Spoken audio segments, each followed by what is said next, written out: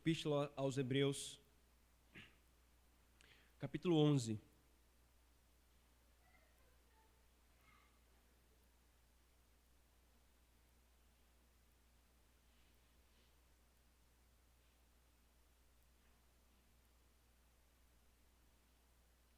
Hebreus, capítulo 11, versículo 1. Na última exposição aos Hebreus, da Epístola aos Hebreus, irmãos, nós paramos no versículo 39 do capítulo 10 e agora nós daremos continuidade. Hoje, apenas esse versículo será exposto. Ora, a fé é a certeza de coisas que se esperam, a convicção de fatos que se não veem. A fé é a certeza de coisas que se esperam, a convicção de fatos que se não veem. Oremos, irmãos, pedindo a bênção do Senhor. Senhor Deus, nós agora ouviremos a Tua voz pela palavra pregada, Senhor. Nós, a Tua igreja, Senhor, somos como terra sedenta, que necessita ardentemente de água. Nós somos como corça, Senhor, que suspira, necessitando do alimento e da água, Senhor. Nós estamos diante do Senhor, desejosos de receber da Tua mão, do Teu Espírito Santo, Senhor, o alimento para a nossa alma. Fortalece-nos, Senhor, fortalece a nossa fé, porque nós somos fracos. Nós oramos em nome de Jesus. Amém. Queridos, nós vimos no capítulo 10, na nossa última exposição, que do versículo 26 ao versículo 31, o autor aos Hebreus faz alguns alertas aos apóstatas sobre, novamente, o perigo da apostasia e fala também acerca do consolo para os verdadeiros crentes, especificamente tratando das evidências de salvação. E então, no versículo 35 ao versículo 39 do capítulo 10, irmãos, nós vimos que o autor, ele fechou o seu argumento falando sobre a perseverança, o galardão e a fé, mostrando que essas três coisas estão intimamente ligadas. Eu preciso perseverar para ter o galardão, mas eu só persevero e recebo o galardão se eu caminhar pela fé. E se eu tenho a fé, eu tenho certeza que eu vou perseverar. Ora, se ele fala tudo isso, irmãos, acerca da perseverança que ele vem alertando esses cristãos judeus para perseverarem, para continuarem na caminhada, se ele mostra que a fé tem essa íntima relação com a perseverança, a próxima coisa que o autor vai fazer é falar o que é essa fé que ele está se referindo. Qual é a natureza dela? Qual é a essência dessa fé? Então, irmãos, aqui no capítulo 11, o capítulo conhecido como a galeria da fé, né, dos heróis da fé, aqui no capítulo 11, o autor aos Hebreus, ele vai, primeiro, definir a fé, e aqui ele faz isso em apenas um versículo, o versículo que nós lemos agora, e em todo o capítulo ele vai ilustrar essa fé que ele acabou de definir. Como que na igreja do Antigo Testamento, como que os crentes no Senhor Jesus, né, especificamente no Messias, no Antigo Testamento, eles são testemunho e evidenciam essa fé que eu estou me referindo. Como que eles, mesmo não tendo alcançado as promessas que agora vocês já alcançaram, perseveraram até o fim. Como? O argumento do autor vai ser a fé. Pela fé eles perseveraram, mesmo sem alcançar aquilo que haviam recebido por promessa, mas já tinham, por causa da fé, aquilo que lhe foi prometido. Por isso, irmãos, hoje nós veremos apenas a definição da fé que o autor dos Hebreus nos traz, e apenas em 2020 nós retomaremos a exposição do capítulo 11, exemplo por exemplo, a fim de que nós não percamos as minúcias do texto. Optei por hoje que seria o dia de Hebreus, a Epístola aos Hebreus, fazer a exposição apenas pela manhã desse versículo, e em 2020 nós retomamos personagem por personagem ou bloco por bloco. Por isso, irmãos, quando nós olhamos o que o autor fala, né, ele começa, veja por favor, ora, né, esse ora ligando com o que ele falou anteriormente sobre a necessidade da fé. Ora, a fé é. A primeira coisa, irmãos, que nós temos aqui são três partes desse versículo. Primeiro, o fato dele estar conceituando a fé é.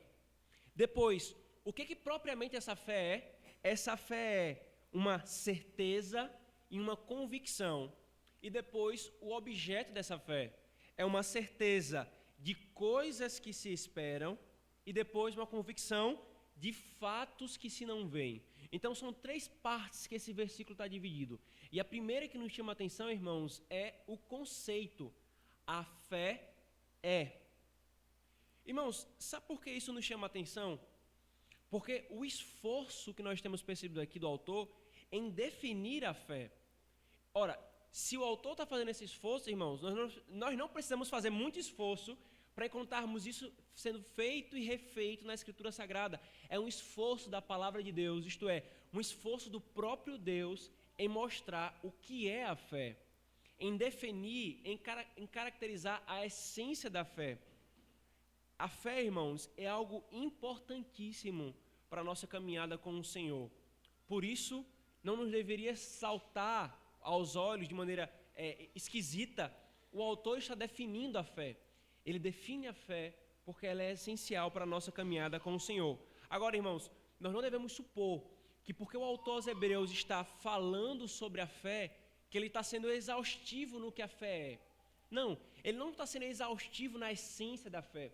Ele está pegando um ponto da definição da essência da fé e aplicando essa questão da perseverança até o fim. Ele pega essa definição para encaixar com o seu propósito, a saber que a perseverança está intimamente relacionada com a fé. Se eu não creio nas promessas do Senhor, eu não vou perseverar. Percebe, irmãos? Se eu não creio nas promessas do Senhor, eu não vou perseverar. E essa, queridos, essa é a realidade que nós temos experimentado continuamente em nosso coração. É ou não é, irmão? Quando nós estamos desanimados e desejosos de desistir, de jogar a toalha, o que é que está por trás? Está por trás uma falta de fé nas promessas de Deus. Está por trás uma falta de fé no que nós vamos ver logo mais, no testemunho de Deus acerca das coisas. O nosso coração é conduzido a confiar em outros testemunhos, no testemunho até mesmo, em última análise, do nosso coração enganoso, a confiar no Senhor, a crer no Senhor. E qual é a consequência que vem? Qual a consequência que vem e tem vindo no seu coração, irmão? Desânimo. Desejo de não perseverar. Por isso que o autor está falando de fé como intimamente associada à perseverança. Nós não perseveramos pelo nosso braço forte, mas pela fé. Então, irmãos, a partir dessa postura do autor aos Hebreus e da própria Escritura, nós aprendemos 2 coisas aqui. Primeiro, a fé não é um subjetivismo relativista no qual cada um define-a como quer. Irmãos, se a Escritura, se tivéssemos apenas um versículo, que não é o caso, mas apenas um versículo definindo o que é fé, deveria cair por terra toda e qualquer pretensão relativista no tocante à fé. Nós vivemos, irmãos, em dias de relativismo filosófico, e aqui você não precisa ser um filósofo, nem lidar com obras filosóficas para você entender o que está sendo falado. O relativismo é aquele pensamento de coração que se esforça para relativizar todo o conceito de verdade. Não é possível ter uma verdade absoluta, eles vão dizer. Não é possível nós definirmos uma coisa objetivamente. É sempre relativo a alguém. E qualquer esforço de definir e chegar à verdade de algo é sempre inútil, eles vão dizer. Porque tudo é relativo. Porque não é relativo à pessoa, é relativo ao indivíduo. Em última análise, a verdade não é a verdade, é a sua verdade. É o que você crê. E aí, irmãos, você pega essa mentalidade aqui, e como muitos na igreja são rápidos para abraçar o espírito da época e lentos para abraçar a doutrina sã, abraçam essa verdade do relativismo e aplicam a fé. Logo, cada um tem a sua própria fé. Logo, ninguém pode julgar a fé de ninguém. Cada um crê como quiser. Cada um sabe as experiências que tem. Isso, irmãos, é a aplicação do relativismo à fé. Só que quando nós lemos aqui o autor aos Hebreus, nós não temos espaço para o relativismo. O autor fala, a fé é. Ele não fala, a fé é o que você pensar que seja. A fé é conforme você definir seu coração. Não, eu vou lhe dizer o que a fé é. A fé é a convicção de coisas que se esperam e a certeza de coisas que não se veem. Isso é a fé, irmãos? O autor dos Hebreus, quando diz que a fé passa a descrever a essência da fé. E aqui, irmãos, aqueles que não têm essa fé descrita, não têm a fé verdadeira, simples. É por isso, irmãos, que diante disso aqui nós podemos dizer sim, a Escritura julga a fé. É possível a fé ser julgada objetivamente. E não é um outro homem que julga a fé de outro, mas é a Escritura. Pela Escritura nós julgamos a nossa própria fé e a fé dos outros. Ela é a autoridade que define e baliza o que é essencialmente a fé. Quem não tem essa fé, irmãos, não tem a verdadeira fé. Não há espaço para subjetivismo e relativismo. Imagine você. A fé tão essencial e necessária para a perseverança ser colocada num espectro e no âmbito de você escolhe o que é que você crê. Você define o que é fé. E aí surge todo tipo de conceito bizarro. A fé é um salto no escuro. A fé é aquilo que nós sentimos. Não. É claro que a fé envolve uma confiança irrestrita no que Deus fala. É claro que a fé envolve também experimentação. Mas essas definições, elas procuram reduzir a essência da fé, algo que a Escritura não reduz. Porque a definição da Escritura é convicção e certeza de coisas que não se veem e de coisas que se esperam. Essas duas coisas, irmãos, a Escritura define fé. E se queremos ter a fé verdadeira, devemos ouvir a Escritura. Não é olhando para dentro de nós, procurando saber o que é fé.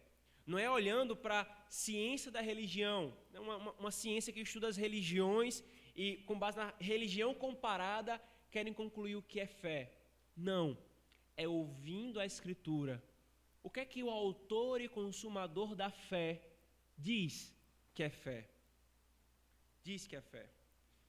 Em segundo, então, irmãos, nós podemos distinguir o falso conceito de fé dos verdadeiros. E aqui nós vamos destrinchar esse tópico num terceiro ponto mais à frente, depois de caminharmos um pouco mais. Então, veja, irmãos, primeiro, a fé nos mostra que a Escritura Sagrada define o que a fé é essencialmente. E não cabe a nós definirmos e dizermos qual é a essência dela, mas ouvirmos a palavra de Deus. Mas vem a segunda coisa, irmãos, que o autor fala. O autor diz que a fé é a certeza e a fé é a convicção. Certeza e convicção.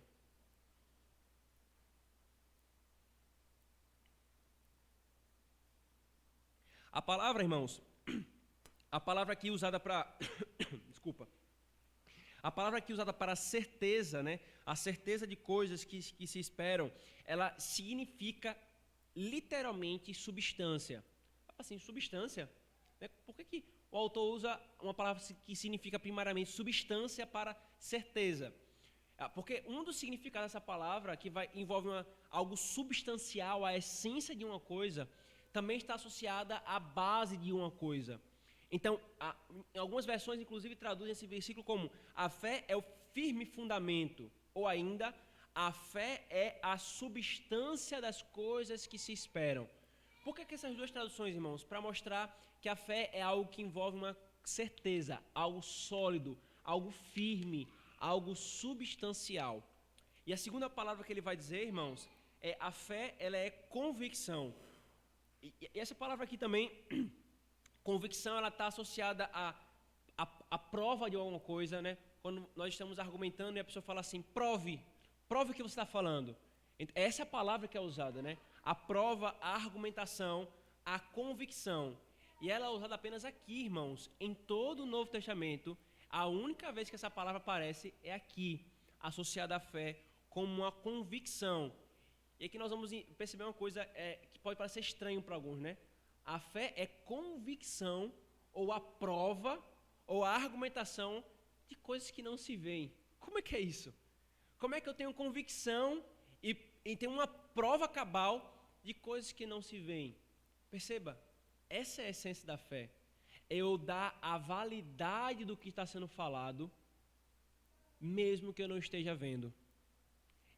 Eu tomo a fé como prova, como evidência do que o Senhor fala. Ou seja, irmãos, a fé é o firme fundamento, a certeza das coisas que se esperam e a convicção de coisas que se veem. Nós meditaremos já já, irmãos, o que são essas coisas que se esperam e as coisas que não se veem. Mas eu trago elas aqui adiantando para que nós entendamos o caráter dessa convicção e o caráter dessa certeza. E perceba aqui, irmãos, qual é a característica essencial desses dois objetos da fé, que o autor chama de que vai chamar de certeza de tal coisa e convicção de tal coisa? Qual é a característica essencial dessas coisas que você coloca a sua fé, que você coloca a sua convicção e a sua certeza? A característica essencial, irmãos, dessas coisas, desses dois objetos, é não terem sido vistos ou constatados com os próprios olhos. Perceba que tanto as coisas que se esperam, como os fatos que não se veem, as coisas que se esperam estão no futuro, os fatos que não se veem estão no passado. Essas duas coisas, os meus olhos não veem. O meu juízo não pode, por experiência, experiência empírica, né, por empiricismo, julgar uma coisa. Então, a essência dessas duas coisas está: os olhos não verem, as mãos não apalparem concretamente. Essa é a essência, irmãos, do que o autor está falando. É a essência da fé conhecer, concordar e confiar em um testemunho sobre o que não se viu, nem se vê, ou ainda se verá em pouco tempo. Irmãos, essa é a essência da fé.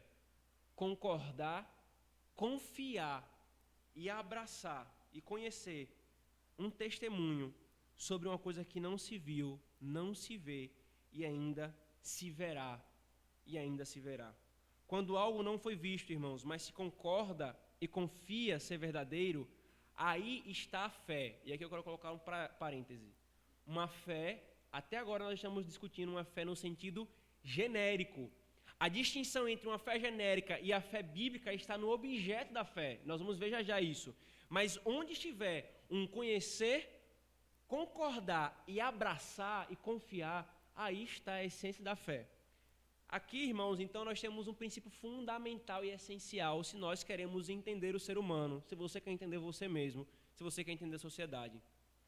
Todo homem, todo ser humano é essencialmente um ser crente. Todo homem, todo ser humano é essencialmente um ser crente.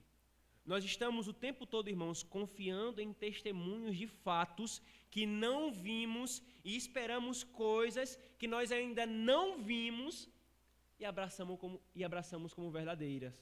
Nós somos criados assim, irmãos. É impossível escapar dessa estrutura. Por isso, queridos, do ateu ao cristão, nós cremos no relato dos nossos pais sobre o nosso nascimento. Quantas vezes você já sentou e ouviu o relato do seu nascimento dos seus pais? Minha mãe já me contou várias vezes. Eu creio que seja verdadeiro.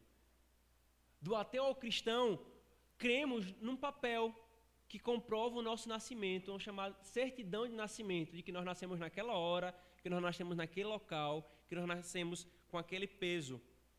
Nós cremos, irmãos, no testemunho de alguém que viajou para um lugar e disse: lá não é legal, ou lá é legal. Basta só você ver a nossa postura. Quando nós vamos escolher algum canto, nós vamos lá no Google para saber as avaliações que fizeram daquele local. Nós não fomos lá, mas nós cremos na avaliação e no testemunho daqueles que foram.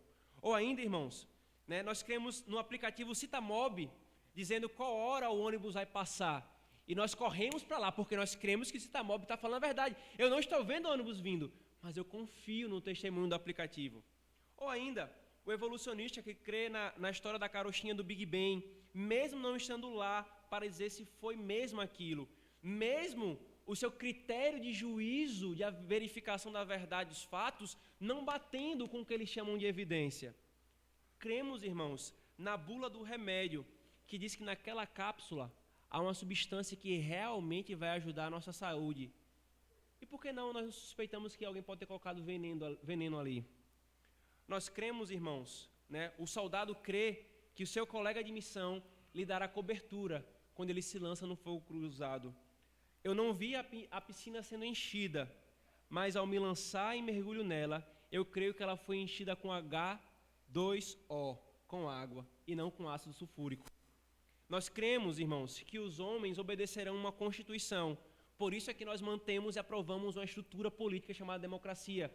Nós cremos que o nosso voto não vai ser adulterado quando nós clicarmos numa urna eletrônica, mesmo que nós não contemos os votos, mas nós concordamos e assentimos com aquela eleição. Meus irmãos, eu tentei trazer aqui diversos exemplos que do ateu ao cristão tem a mesma essência. Nós confiamos e acreditamos naquele fato, mesmo que nós não tenhamos julgado derradeiramente aquilo que foi acontecido. Nós assentimos, nós confiamos e nós concordamos, irmãos. Sempre confiando no testemunho de outro, no tocante a coisas que se esperam e fatos que não se veem. Confiar no testemunho de outro, irmãos, é ter fé no sentido genérico. Por isso, queridos, por isso aqui fica claro a tolice do homem que julga ser mais racional porque não é religioso. Irmãos, quando a gente entende esse conceito genérico de fé e que o ser humano é um ser criado para ser crente, nós percebemos o quão tolo é o homem que abre a boca para dizer assim: eu sou racional e superior a você, porque você é religioso, você confia no testemunho de um livro, eu não, eu sou crítico, eu sou criterioso.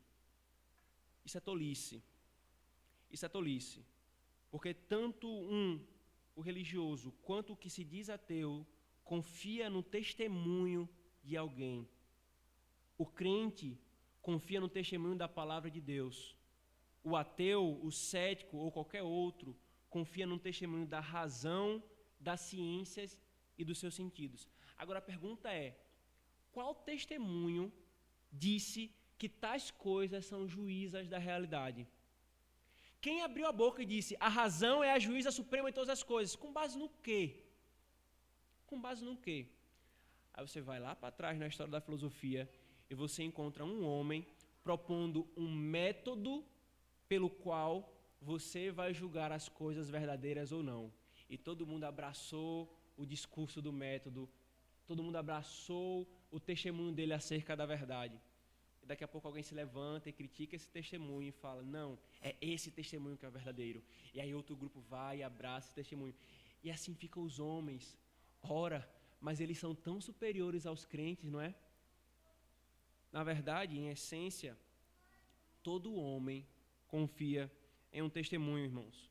Ora, se o ser humano é um ser crente, ele vive à base de fé em testemunhos. Então a questão não é se ele tem ou não tem a fé no sentido genérico, porque todo mundo tem a fé nesse sentido genérico que nós estamos falando até aqui. Mas a questão é se a fé é colocada no testemunho certo ou não.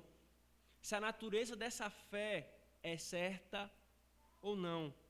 É isso, irmãos, que diferencia a fé genérica e o conceito errado de fé da fé verdadeira e da fé bíblica. Da fé verdadeira e da fé bíblica.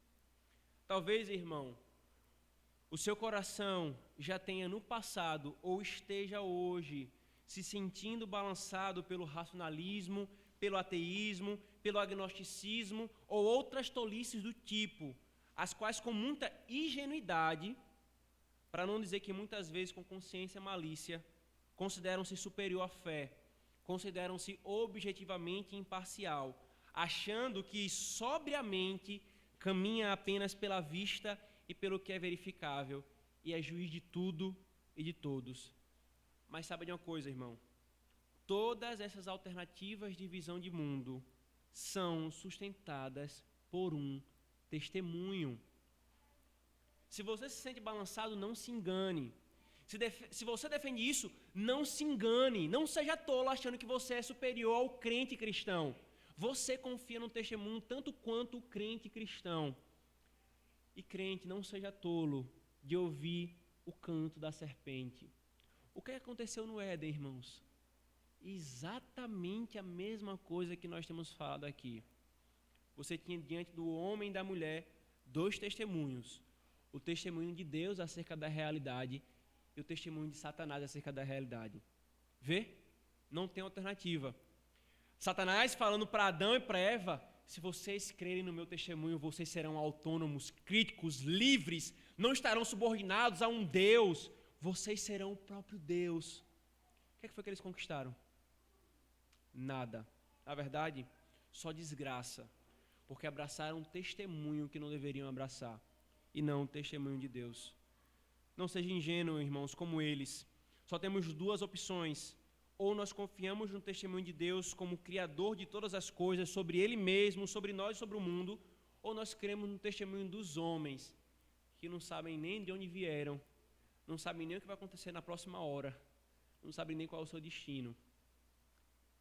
Sabe, irmãos, quando a gente para pensar o quão tolo nós somos em questionarmos a nossa fé, porque um homem na escola, porque um homem na universidade, porque um colega de trabalho nos questiona sobre a razoabilidade, se é racional ou não a nossa fé, ele está julgando tudo isso com um testemunho. A questão é se nós vamos ser como eles, abraçando o nosso testemunho ou negligenciando o testemunho que nós temos, irmãos. A tolice das demais opções, queridos, é achar que o testemunho humano é superior ao divino. É tolo o homem, como eu acabei de falar, que não sabe nem a sua origem, nem quem ele é realmente, não sabe nem o que está no seu coração direito, e acha que pode julgar o testemunho de Deus. Acha que pode abrir a boca e desvendar os mistérios do universo. Irmãos, tudo isso aqui, toda essa fala, é para colocar o homem no seu devido lugar. Sim, nos lancemos a investigar, mas não é contrapondo com o testemunho de Deus, mas é subordinados ao testemunho de Deus, e a partir dele, irmãos. Isso é tolice. E por que eu uso tanto essa palavra tolice, irmãos? Porque o Salmos 14, versículo 1 diz o tolo em seu coração, não a Deus. Não a Deus. A tolice na Escritura Sagrada envolve não apenas a questão da moralidade, mas da racionalidade, o uso correto da razão. Moralmente, corretamente usada, a razão. Ou seja, em outras palavras, é irracional, é tolo o homem que nega a existência de Deus, porque no final das contas, ele está querendo abraçar o seu próprio testemunho, desprezando o testemunho de Deus. É por causa dessa questão, irmãos, do testemunho, que o apóstolo João repete 20 vezes a importância do testemunho no seu evangelho. É por causa disso que nosso Senhor diz, por favor, vamos para o evangelho de João. Veja como que essa questão do testemunho e confiar no testemunho é essencial à fé. Veja o que o nosso Senhor fala. João capítulo 3, por favor. Nós vamos ver alguns versículos aqui no evangelho de João.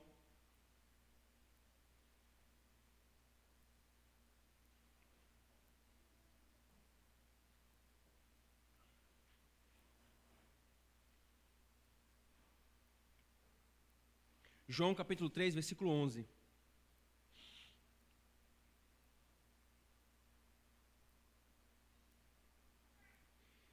Em verdade te digo, que nós dizemos o que sabemos e testificamos o que temos visto, contudo, não aceitais o nosso testemunho. Quem está falando isso aqui, irmãos, é Jesus a Nicodemos. Eu testifico do que eu vi, eu testifico do que eu sei, porque eu sei de onde eu vim. Eu vim do ser do Pai, eu sou Deus Filho encarnado. Mas sabe o que vocês homens fazem? Vocês não aceitam o meu testemunho. Temos só duas opções, irmãos. Ou nós aceitamos o testemunho de Deus, ou nós não aceitamos o testemunho de Deus. E novamente, irmãos, capítulo 5, algumas páginas, por favor. Capítulo 5, versículo 31 a 37. Novamente a discussão do testemunho e da fé no testemunho posta pelo Senhor. Ele diz, versículo 31, se eu testifico a respeito de mim mesmo, o meu testemunho não é verdadeiro. Outro é que testifica a meu respeito, e sei que é verdadeiro o testemunho que ele dá de mim. Mandastes mensageiro a João, e aqui é João Batista, e ele deu testemunho da verdade. Eu, porém, não aceito humano testemunho. Digo-vos, entretanto, estas coisas para que sejais salvos. Ele continua. Ele era a lâmpada que ardia e alumiava, e vós quisestes por algum tempo alegrar-vos com sua luz. Mas eu tenho maior testemunho do que o de João, porque as obras que o Pai me confiou para que eu as realize, essas obras que eu faço, testemunham ao meu respeito de que o Pai me enviou. O Pai que me enviou, esse mesmo é que tem dado testemunho de mim. Jamais tendes ouvido a sua voz, nem visto a sua forma. Vocês perceberam quantas vezes Cristo falou de testemunho?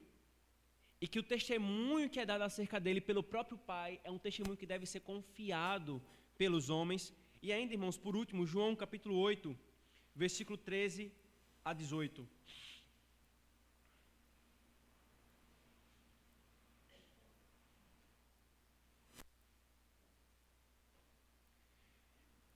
Então, lhe objetaram os fariseus: tu dás testemunho de ti mesmo, logo o teu testemunho não é verdadeiro.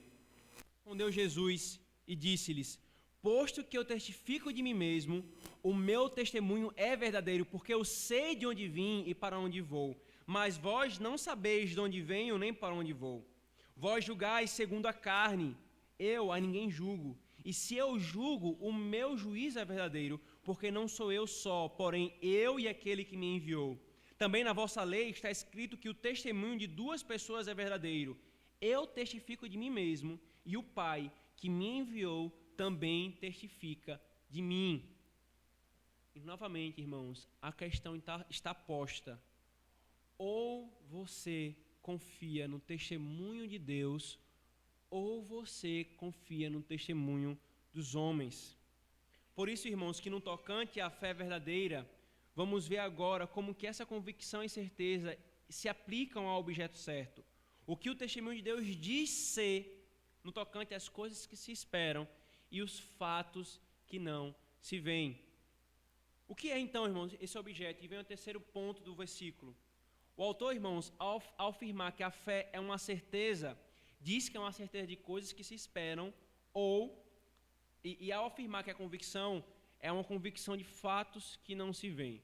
E aqui, irmãos, o autor faz uma construção gramatical no grego fantástica, que nos ensina duas coisas acerca da natureza da fé cristã, que é diferente das demais, da fé professada por outras religiões, né?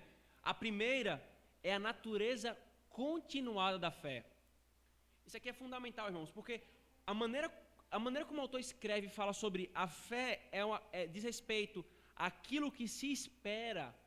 Ele coloca num tempo verbal e no modo verbal do grego, que é para indicar que você está esperando continuamente aquilo. E enquanto você espera continuamente aquilo, você está colocando a sua fé naquilo que você espera.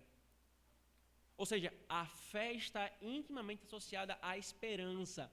Esperança do quê? O autor aos Hebreus falou várias vezes sobre esperança.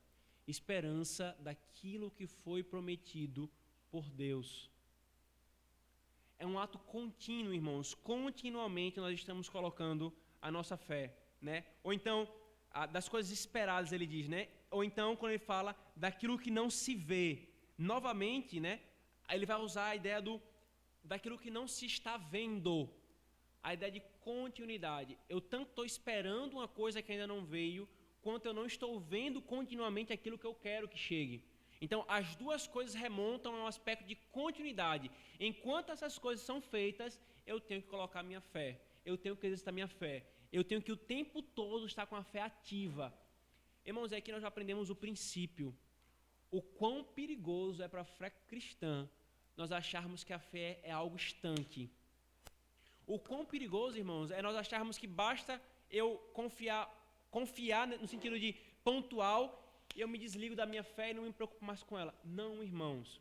O presbítero Leonardo colocou essa semana um recorte de um autor de um livro que ele estava lendo, que ilustra bem o que nós temos feito durante todo esse ano, e enquanto Deus nos conservar a vida, nós faremos até o fim. Irmãos, a fé, ela tem que ser feita, tem que ser um exercício contínuo. É claro, irmãos, que existe a fé salvadora, e essa é pontual, essa é suficiente para a salvação, mas ela é chamada a ser desenvolvida, a ser crescida, a ser amadurecida, a nós sairmos da estatura de meninos na fé para homens na fé. E é por isso o tempo todo nós alertamos a igreja, irmãos, Deus nos deu meios ordinários para nos alimentar a fé. Não brinque achando que você já chegou lá. É semana após semana, dia após dia, alimentando, fortalecendo, buscando ao Senhor continuamente. Quando eu parar aí vai estar um grande perigo, um grande problema. Porque a fé, ela possui uma natureza contínua, irmãos. Ela é colocada naquilo que está vindo, naquilo que não está sendo visto, continuamente exercida no testemunho de Deus. A vida eterna, por exemplo, é algo que se espera, que não chegou ainda, em termos absolutos. Por isso, irmãos, é dito que a fé cristã não é irracional, embora ela esteja além da razão, no sentido de que não é a razão que julga, ela não está fundamentada na razão, mas fundamentada na revelação, no testemunho de Deus. Mas a fé cristã ela não é irracional. A fé cristã ela não é contrária à razão. A fé cristã ela é contrária à visão, porque nós cremos sem termos visto. Mas nós precisamos confiar no testemunho razoável de Deus acerca da realidade, irmãos. Mas também, queridos, ou ainda melhor, abram, por favor, João capítulo 20, ainda.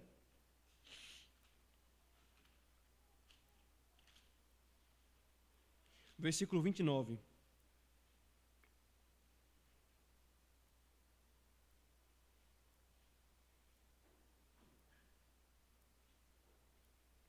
É por isso que nosso Senhor disse, irmãos, confrontando Tomé. Disse-lhe Jesus: porque me viste e creste? Bem-aventurados os que não viram e creram. Irmãos, vocês lembram o que aconteceu com Tomé? O testemunho da palavra de Deus dizia que o Cristo deveria ressuscitar. Os discípulos, os seus irmãos, testemunharam que Cristo havia ressuscitado. Tomé preferiu confiar nos seus sentidos. Preferiu confiar naquilo que ele experimentava, naquilo que ele poderia provar empiricamente. Se eu não colocar o meu dedo na sua ferida, eu não creio. Ora, irmãos, esse é o mesmo pensamento secular que muitos têm abraçado hoje. O Senhor faz o que para Tomé? Muito bem, Tomé, é isso mesmo. Você tem que ser crítico. Você tem que ter uma avaliação crítica da minha palavra. É isso que Jesus fala para Tomé? E por que tem crente falando isso hoje acerca da palavra de Deus, irmãos? Por que tem igreja hoje que bomba quando nós podemos criticar a palavra de Deus e não ouvir a palavra de Deus? É inadmissível hoje, em pleno século XXI, eles dizem, uma igreja que se fundamenta apenas pela pregação pública da palavra de Deus, a palavra de Deus sendo explicada. Não! O ideal hoje para o século XXI é nós termos uma roda que debata a palavra de Deus, que vá para lá, vá para cá, que puxe, cada um dê a sua opinião. É nisso que está fundamentada a nossa fé? Não. O Senhor repreende Tomé por esse pensamento e diz: bem-aventurado é o que crê sem ver, porque essa é a essência da fé. Ou ainda, o pensamento de muitos: se os homens vissem milagres hoje acontecendo, eles creriam em Deus. Como eu já ouvi várias vezes ateus falando assim: se Jesus existisse, que ele apareça aqui na minha frente. Se ele aparecer na minha frente, então eu crerei que ele é verdadeiro. Novamente, é tolice. Porque essa não é a natureza da fé. Eu já falei para os irmãos, as 3 grandes gerações da Escritura Sagrada que testemunharam milagres foram exatamente as 3 grandes gerações incrédulas do que Deus havia feito. O povo do Egito, tão incrédulo ao ponto do autor dos Hebreus usar eles como exemplo de incredulidade. Mas o que é que eles viram, irmãos? Eles viram 10 pragas destruindo o Egito. Eles viram o mar vermelho se abrindo. Eles viram água saindo da rocha. Eles viram codornizas caindo diante deles para eles comerem. Eles viam diariamente o maná descendo dos céus. O que a Escritura fala sobre essa geração? Incrédula. A mesma coisa com o reino do norte, com Elias e Eliseu. A mesma coisa com o próprio Deus encarnado entre os homens, operando milagres. O que essa geração fez? Matou o autor da vida. Irmãos, pensarmos que se nós crermos, virmos milagres, ou se os homens virem milagres, se eles verem os testemunhos dos homens sobre o que Deus... que isso que vai levar os homens a conversões, nós não estamos com o conceito correto de fé. Porque o conceito correto de fé é: eu creio no testemunho de Deus acerca das coisas, mesmo que eu não tenha visto. Mas é Deus que está falando, eu creio. Deus disse que criou o mundo pela palavra do seu poder, eu creio. Deus diz que conduz a história soberanamente, cada ação dos homens, de forma que nada sai do seu controle e que Ele não é responsável moral pelo pecado dos homens.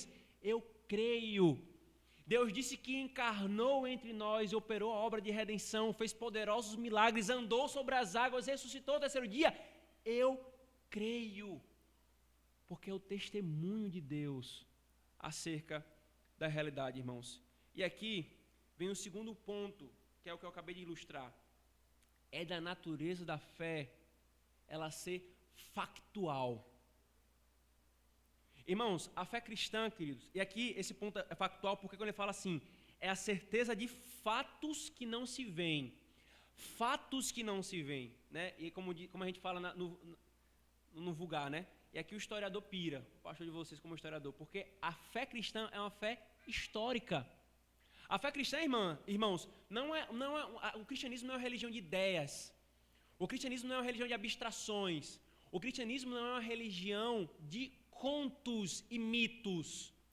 O cristianismo é uma religião de fatos. Fatos que ocorreram no tempo e no espaço, interpretados pelo próprio Deus como autor da história. Essa é a essência do cristianismo, irmãos. Por isso, irmãos, quando no meio da igreja homens se levantaram no passado questionando os fatos da Bíblia, duvidando do seu relato, da encarnação e da concepção de Cristo, dos milagres, da ressurreição e o retorno de Cristo, eles apostataram da fé. É da natureza da fé, irmãos, verdadeira, acreditar nos fatos e as interpretações dadas por Deus. Desprezar isso é colocar-se fora da fé. E o que eu acabei de escrever aqui, irmãos, é o que nós chamamos de liberalismo teológico, que devastou as igrejas na Europa, que assolou muitas igrejas nos Estados Unidos, inclusive a nossa mãe, a Igreja Presbiteriana dos Estados Unidos, que nos plantou aqui no Brasil como uma agência missionária, que enviou missionários para cá. Ela apostatou da fé, porque abraçou isso aqui, o liberalismo, colocou a razão sobre a revelação, julgando-a. Não é possível que um homem tenha andado sobre as águas. Não é possível que um homem tenha aberto os olhos de outro homem. É lógico que isso aqui é um Cristo mitológico. O Cristo histórico existiu, mas não é esse que os evangelhos relatam. E aí desconstroem todo o relato de Deus. Só que a Escritura diz que a essência da fé é o quê? Factual. Ou eu concordo com o fato revelado na Escritura Sagrada, ou eu não tenho a fé bíblica. Qualquer pessoa que se levanta, eu creio em Deus, eu creio em Jesus, eu sou até presbiteriano, mas eu não acho que é desse jeito que a Bíblia falou. Ele já se colocou fora da fé, já apostatou dela. Porque, irmãos, que a fé é intimamente ligada à perseverança. E aqui é o argumento do autor, eu quero retornar para ele. No sentido de, até que eu tentei descrever a natureza da fé, agora vamos aplicar isso ao argumento dele. Porque, irmãos, como perseverar se não crer no que Deus está falando? Como fechar os olhos, irmãos, nos últimos segundos da vida, quando a alma começa a se esvair do corpo, quando não se sabe o que está do outro lado, se você nunca viu? Não tem como, irmãos, nós perseverarmos se não for pela fé. E aqui eu cito um trecho de Calvino. Perceba isso que ele fala. Somos informados de que somos justos. Todavia, o pecado ainda habita em nós. Ouvimos que somos bem-aventurados, mas entremente somos subjugados por inaudita miséria. É-nos prometida abundância de tudo que é bom, mas na maior parte da nossa vida enfrentamos fome e sede.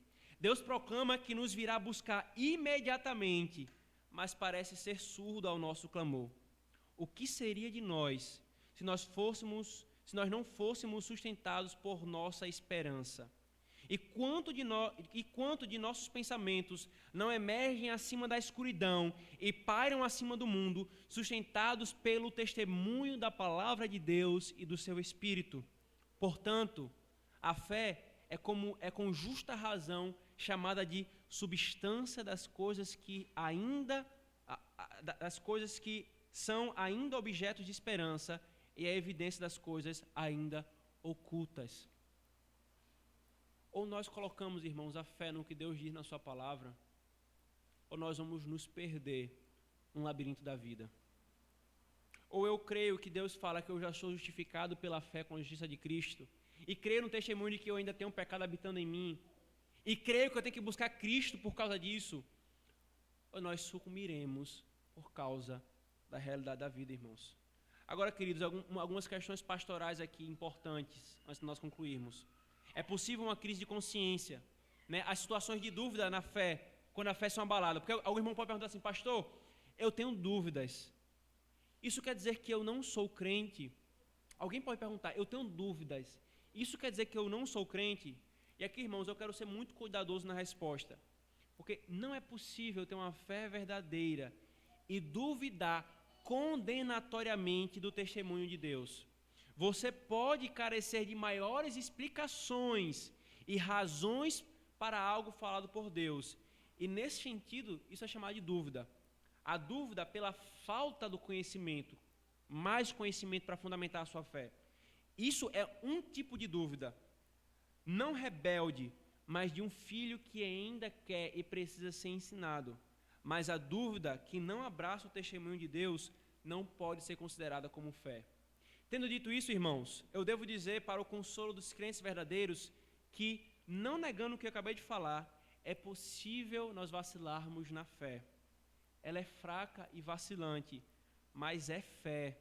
Devemos nos conformar, ou melhor, não devemos nos conformar a essa fé fraca e buscar no Senhor uma fé forte, mas ainda assim é fé. Abra, por favor, Mateus capítulo 17, versículo 20.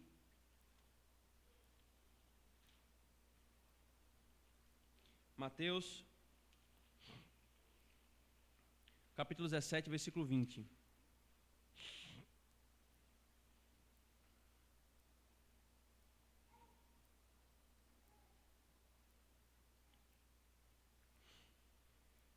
E ele lhes respondeu, por causa da pequenez da vossa fé, pois em verdade vos digo que se tiverdes a fé como um grão de mostarda, direis a este monte, passa daqui para acolá, e ele passará. Nada vos será impossível. E ainda, irmãos, não precisa abrir, mas nosso Senhor, na narrativa de Marcos 9, versículo 24, é dito, e imediatamente o pai do menino exclamou com lágrimas, eu creio, ajuda-me na minha falta de fé. O que está sendo posto aqui, irmãos? Aquele homem tinha fé, mas a sua fé era fraca. Mas ele não resolve o problema da fraqueza da sua fé confrontando o testemunho de Deus, mas clamando, Senhor, ajuda-me na minha fraqueza, irmãos. Por isso, a dúvida pecaminosa é aquela que se lança no estado de juíza do testemunho de Deus, fechando-se em seu inconsistente mundo. Mas a dúvida por causa da nossa fraqueza, irmãos, não implica em falta de fé. Às vezes, e muitas vezes, queridos, a nossa fé ela pode ser atacada por Satanás em diversos pontos. Ela pode tropeçar, mas é da natureza da fé no final triunfar. Distingo também, irmãos, desses dois tipos de dúvidas que acabei de mencionar, a dúvida pecaminosa e a dúvida ignorante ou fraca, da dúvida sobre a aplicação do testemunho à nossa própria vida. Porque um crente pode pensar assim, eu creio e confio que Cristo é o Salvador de pecadores, que Ele é suficiente para tal obra, que a fé nele é suficiente e poderosa para salvar, mas eu não sei se essa salvação é minha, se eu tenho a fé verdadeira. Essa dúvida também, irmãos, não é contrária à natureza da fé. Não é contrária à natureza da fé. Aos dois tipos de dúvida não pecaminosa, irmãos, a por falta de conhecimento ou da aplicação da salvação para si, há apenas dois caminhos. O primeiro, estudar mais a Escritura, com o espírito de oração e submissão, vir às ocasiões de ensino público, procurar os pastores e presbíteros e ler bons livros e considerar os nossos padrões de fé. A segunda é lutar, caminhar, fazer autoexames e contar com a orientação pastoral. Para esse tipo de dúvida, irmãos, não pecaminosa, esses são os caminhos da palavra de Deus. Mas a dúvida pecaminosa, que questiona o testemunho de Deus, colocando-se como juíza sobre a palavra, essa é contrária à fé e há apenas um caminho para ela. Ou ela se arrepende e confia no testemunho de Deus, ou ela vai cair no mesmo local que todos os descrentes cairão, na condenação eterna de todos aqueles que não creram no testemunho de Deus. Então, irmão, se você encontra pessoas dentro da igreja falando coisas terríveis e fazendo interpretação toscas por causa dessa mentalidade para sustentar suas críticas, pessoas dentro das igrejas negando a inerrância da Escritura Sagrada, a encarnação e etc. Isso não é a verdadeira fé. Isso não é uma dúvida não pecaminosa, é uma dúvida pecaminosa. Esse tipo de dúvida, irmãos, eu reafirmo, deve ser arrependida, confessada e buscada no Senhor.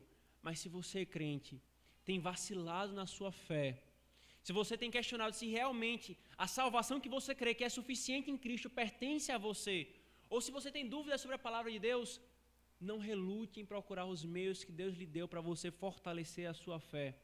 Eu já compartilhei com os irmãos que uma das maiores crises da minha fé, na minha adolescência, novo convertido, foi porque eu tinha pouca informação acerca da palavra de Deus.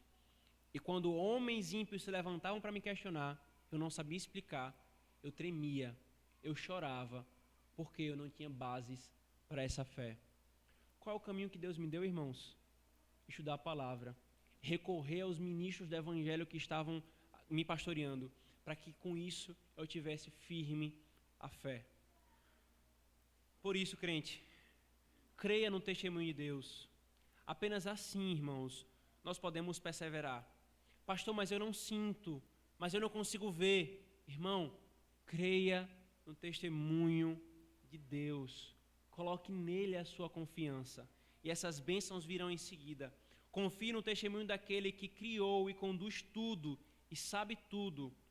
Devemos, irmãos, orar para que Deus nos dê fé, para que faça crescer a fé que Ele já nos deu, para fortalecê-la e para protegê-la de Satanás, do mundo e da carne.